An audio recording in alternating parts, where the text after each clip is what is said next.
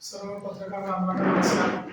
आज 21 डिसेंबर आहे. हे वर्ष सरते आणि नवीन वर्ष येते. या नवीन वर्षानिमित्त मी सर्व पत्रकार बांधवांना मनापासून शुभेच्छा देतो. येणारं नवीन वर्ष आपल्याला खूप आरोग्याचं, भरभराटीचं आणि सुख समृद्धीचं जावं अशी ईश्वरचरणी प्रार्थना करतो.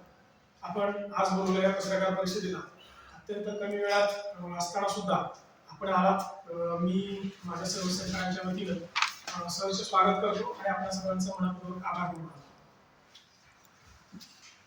आजच्या पत्रकार परिषदेचा जो विषय आहे तो म्हसवड पोलीस स्टेशनचे एपीआय अक्षय सोनवणे यांच्या संदर्भातला आहे. या संदर्भात आम्ही माननीय पोलीस अधीक्षक सातारा, माननीय जिल्हाधिकारी सातारा, माननीय विशेष पोलीस निरीक्षक कोल्हापूर परिक्षेत्र कोल्हापूर आणि राज्य निवडणूक आयोगाकडे तक्रार केली आहे. त्या तक्रारीतले मुद्दे साधारणपणे असे आहेत की म्हसवड पोलीस स्टेशनचे जे प्रभारी पोलीस अधिकारी आहेत अक्षय सोनवणे हे पूर्णपणे सत्ताधाऱ्यांच्या बाजूने झुकलेले आहेत, सत्ताधाऱ्यांसाठी काम करतायत आणि महाराष्ट्राचे ग्रामीण विकास मंत्री सन्माननीय जयकुमार गोरे साहेब यांच्या अत्यंत ते जवळचे आहेत. खरं तर या सातारा जिल्ह्याला पोलीस दलाला सुद्धा अतिशय समृद्ध अशी परंपरा आहे, अतिशय अभिमानास्पद परंपरा आहे. परंतु मागच्या काही दिवसात जर आपण बघितलं तर मान खटाव तालुक्यात जी दहशत पसरवली जाते ती राजकीय दहशत तर आहेच आहे, परंतु ही दहशत पसरवण्यासाठी पोलीस दलाचा वापर केला जातो. हे अत्यंत घातक आहे, लोकशाहीसाठी अत्यंत धोकादायक आहे आणि याच गोष्टीवरती आमचा आक्षेप आहे. या संदर्भात मी आपल्याशी संवाद साधताना आपल्याला एक फोटो दाखवतो. हा फोटो आहे.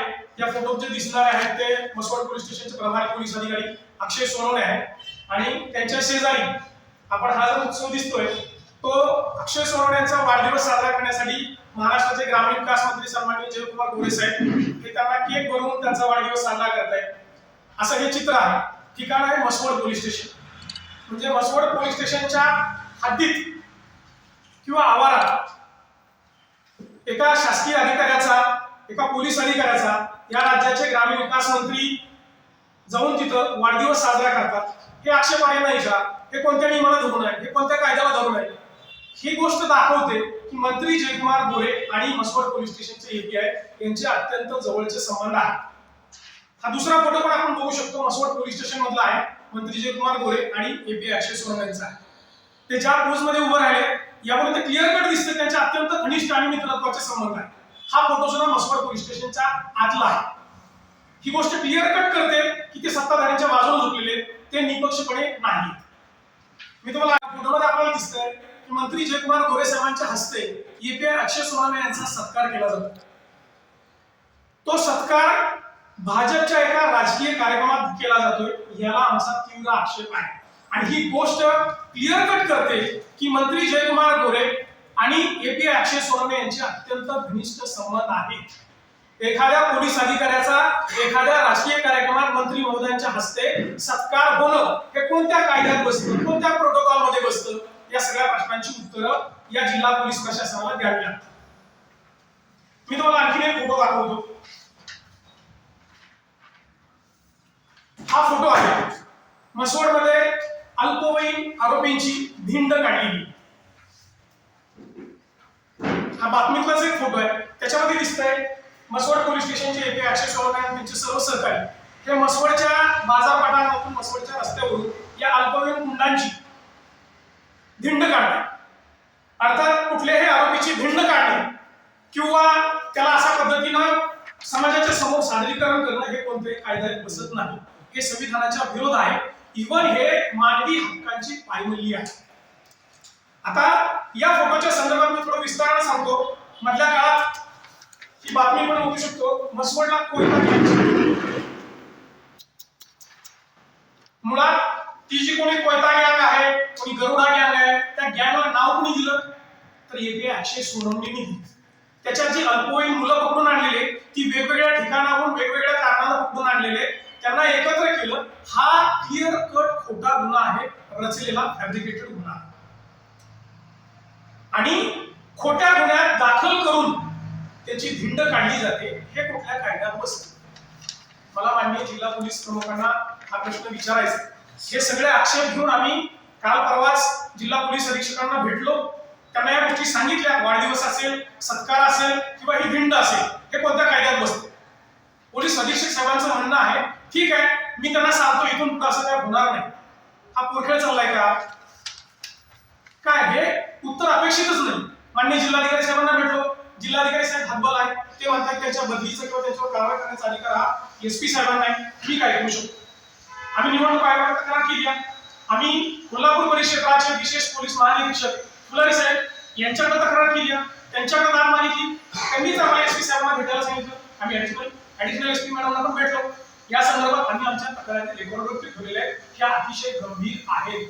मला या निमित्तानं पोलीस अधीक्षक साहेबांना विचारायचं आहे, कोणाच्या आश्रयाला तुम्ही एपीआय 894 वाचवताय? मी ज्या गोष्टी आपल्यासमोर मांडतो त्या अतिशय गंभीर आहे, त्या लोकशाहीच्या खून करणारे आहेत. निवडणूक आयोगाच्या स्पष्ट सूचना आहेत की कोणताही अधिकारी जो निवडणुकीशी संबंधित असेल किंवा तिथं शासकीय काम करत असेल तो निपक्षपाती असावा. निवडणूक आयोगाच्या स्पष्टपणे सूचना आहेत. त्याच्यात असं म्हणले की त्याचा लौकिक चांगला असावा, त्याची सचोटी असावी, इंटेग्रिटी चांगली असावी. एकंदरीत अक्षय सोनवणेंचं जर वागणं तिथं बघितलं, त्यांची दहशत आहे. आता ही जी त्यांनी कोयता गॅंग वगैरे त्यांनी जे नाव दिले, त्यांनीच गॅंग क्रिएट केले, त्या गॅंगला नाव दिले.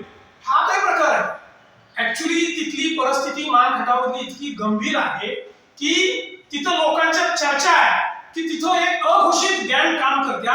त्या गँगचं नाव आहे अक्षय सोनवणे गँग, आणि त्या गँग मध्ये वर्दीतले पण आहेत आणि वर्दीच्या बाहेरचे पण आहेत. हे अतिशय गंभीर आहे. याचा कोण दाद भरणार? याच्यावरती कोण आवाज उठवणार? म्हणून आम्ही तिघं पुढे येऊन आवाज उठवतोय. मानखटावमध्ये मधल्या काळात आपण बघितलं असेल, तुषार खरात जे युट्यूब पत्रकार आहेत त्यांच्या विरोधात एका पाठोपाठ एक असे वेगवेगळे खोटे गुन्हे दाखल केले. का? तर ते मंत्री महोदय जयकुमार गोरे साहेबांच्या विरोधात बातम्या लावतात, त्यांच्या विरोधात बोलतात असा आरोप. त्याच्यासाठी पोलीस यंत्रणा पूर्णपणे वापरली गेलेली आहे. म्हणजे हे वर्दीच्या आडून होतंय, हे अतिशय भयानक आहे, हे लोकशाहीला घातक आहे. म्हणून आम्ही आवाज उठवतो. आज आम्ही तुमच्या समोर का आलोय? याच्यात अजिबात राजकीय अभिनिवेश असण्याचं अजिबात कारण नाही. परंतु माझ्या मानखटावमध्ये जर वर्दीचा आसरा घेऊन दहशत पसरवली असेल, दहशत कोण पसरवत असेल तर त्याच्या विरोधात आवाज उठवणं हे त्या मातीचं सुपुत्र म्हणून आम्हा सगळ्यांचं कर्तव्य आहे. म्हणून आज आम्ही तुमच्या समोर आलो. आता हे सगळं करत असताना आम्हाला सुद्धा या पुढच्या काळामध्ये या विविध प्रकारच्या गंभीर खोट्या गुन्ह्यात अडकवलं जाईल. इव्हन त्या प्रकारचं वातावरण मानखटावमध्ये तयार केलं जातं. आमच्यावरती पोक्सोचे गुन्हे दाखल होतील, आमच्यावरती अॅट्रॉसिटीचे गुन्हे दाखल होतील, आमच्यावर विनयभंगाचे गुन्हे दाखल होतील, आमच्यावर आणखी महिलांच्या संदर्भातले अगदी गंभीर गुन्हे दाखल होतील. एखाद्या खुनाच्या गुन्ह्यात सुद्धा आम्हाला आरोपी म्हणून अडकवलं जाऊ शकतं. त्याच्या पलीकडे जाऊन सांगतो तुम्हाला, आम्हाला देशद्रोही ठरवून, अतिरेकी ठरवून आमचा फेक एन्काउंटर सुद्धा केला जाऊ शकतो. आमची सुपारी देऊन आमचा मर्डर केला जाऊ शकतो. आमच्या गाडीचा ऍक्सिडेंट घडवून आम्हाला मारलं जाऊ शकतं. इतकी दहशत या सोनवणे गँगची तिथं आहे. आणि सोनवणे गँग थेटपणे मंत्री जयकुमार गोरे यांच्या सांगण्यानुसार, त्यांच्या सोयीनुसार काम करते. मंत्री जयकुमार गोरे यांना राजकारणाची अडचण ठरतायत, जे राजकारणात विरोध करतायत त्यांना नामोहरम करण्यासाठी एपीआय 894 हे वर्दीचा आणि त्या वर्दीच्या धाकाचा वापर करतायत. तिथल्या साधारण युवकांना, साध्या सामाजिक कार्यकर्त्यांना खोट्या गुन्ह्यात अडकवून तिथं दहशत पसरवली आहे. संपर्क करायला झाले, इतकी वाईट परिस्थिती आहे. या सगळ्या गंभीर गोष्टी आम्ही प्रशासनाकडे मांडतोय, परंतु प्रशासन दखल घ्यायला तयार नाही. हे एपीआय 894 हे स्वतःला दबंग अधिकारी समजतात, म्हणूनच ते अशी भिंड काढतायत. स्वतःचा गौरव करून घेतात, बातम्या ते करतात. कोणीतरी युवक त्यांच्या नावाचा, त्यांच्या फोटोचा टॅटू काढतो की दबंग अधिकारी आहे म्हणून. हे सगळं स्वतःचं लबाड आणि खोटे गुन्हे लपवण्यासाठीचं षडयंत्र आहे. एपीआय 894 आणि त्यांच्या आडून जे षडयंत्र चालवलं जातंय त्या षडयंत्राचा पर्दाफाश करण्यासाठी आम्ही तुमच्या समोर उभा आहे. जर अक्षय सोनवणे हे खूपच धर्मगंग आहेत, इतके दबंग आहेत की ते गँग स्वतःच तयार करतात, त्या गँगचे मेंबर पण तेच ठरवतात, त्या गँगला नाव पण तेच देत आहेत. मागच्या वर्षी म्हणजे याच वर्षी जुलैमध्ये मसवडमध्ये आम्ही माझ्या नेतृत्वाखालीच शेतकऱ्यांचा पाण्यासाठी अर्धनग्न मोर्चा काढला होता. तो मोर्चा निघू नये यासाठी मंत्री जयकुमार गोरे यांनी मला अतिशय अर्वाच्य भाषेत शिवीगाळ केली, धमकी दिली, तुझा तुषार खराब करू, तू मोर्चा काढूनच बघ. त्याची तक्रार द्यायला मी मसवड पोलीस स्टेशनला गेलो. त्यावेळेला हे एपी 116 म्हणतात की तुम्ही खूप मोठी रिस्क घेताय, एका कॅबिनेट मिनिस्टरच्या विरोधात तक्रार करताय. मी त्यांना सांगितलं की मी भारताचं संविधानाला मानतो आणि त्या संविधानानुसार भारतातला प्रत्येक नागरिक एका समान पातळीवरती आहेत, समान अधिकार आहेत. कोणीही मंत्री असतील, कोणी अधिकारी असतील, हे संविधानाच्या वरती नाहीत, संविधानापेक्षा मोठे नाहीत. एपी 116 मला घाबरवायचं काम करतात. त्या तक्रारीला आज 8 महिने होऊन गेले, त्याच्यावरती कोणतीही कारवाई झाली नाही. मग अक्षय सोनवणेंची दबंगगिरी इथं का कामाला येत नाही, हा माझा सवाल. तुषार खरातांच्यावरती जे खोटे गुन्हे दाखल केले, त्यांच्या जामिनाची जर ऑर्डर आपण बघितली, त्यांनी केलेल्या तक्रारी जर तुषार खरातांनी आपण बघितला, तर त्यात कोर्टानं अक्षरशः यांच्या वर्दीचे धिंडवडे उतरवले की कशा प्रकारे त्यांना खोटे गुन्हे दाखल केले. आज मान खटावमध्ये तुझा तुषार खरात करीन ही धमकी, ही दहशत पसरवली जाते. तुषार खरात करीन म्हणजे काय? तुझ्यावर खोटे गुन्हे दाखल करीन. मी आज आपल्या माध्यमातून विचारतोय की मंत्री जयकुमार गोडे आणि एपी 116 माझा तुषार खरात कधी करणार आहेत? ते जेव्हा माझा करतील तेव्हा करतील, परंतु मी आज लढायची भूमिका घेतली. मी माझ्या मातीसाठी, माझ्या मान खटावच्या माणसांसाठी आणि माझ्या सहकाऱ्यांनी लढायची भूमिका घेतली. उद्या आमचा मर्डर झाला, आमच्यावरती खोटे गुन्हे दाखल झाले तरी काही हरकत नाही. आम्ही मान खटावच्या स्वाभिमानासाठी आणि तिथे जी दहशत पसरवली जाते त्या दहशतीच्या विरोधात अगदी स्वाभिमानानं, ताठ मनानं आणि निर्भय लढू. हे महाराष्ट्राचे मुख्यमंत्री माननीय देवेंद्र फडणवीस साहेब हे साताऱ्यात येत आहेत. साहित्य हा फक्त शब्दांचं सौंदर्य वाढवणारा कार्यक्रम नाही, त्याच्यात सामान्य माणसाचं दुखणं सुद्धा मांडलं जातं, त्याची वेदना मांडली जाते. आम्ही सुद्धा मान खटावच्या मातीची वेदना मांडण्यासाठी साताऱ्यात येतोय. आम्ही तिथली दहशत ती मोडून काढण्यासाठी आमचं जे दुखणं आहे, तिथल्या सामान्य माणसाचं दुखणं आहे. आज तिथला मान खटावचा सामान्य माणूस दहशतीत आहे, भीतीच्या वातावरणात आहे.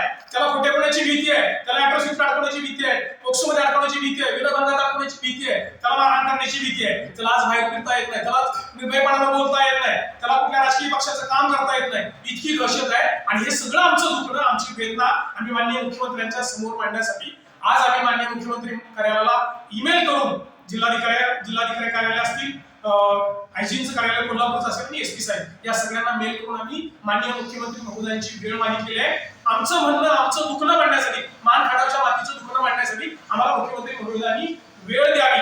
अन्यथा मी आपल्या समोर हे जाहीरपणानं सांगतोय, ह्या प्रशासनाला इशारा देतोय, माननीय मुख्यमंत्री महोदयांना सुद्धा इशारा देतोय. मान खटावमध्ये हा अधिकाऱ्यांनी वर्दीचा जो नंगानाच चालवलाय, हा नंगानाच आम्ही अजिबात खपवून घेणार नाही.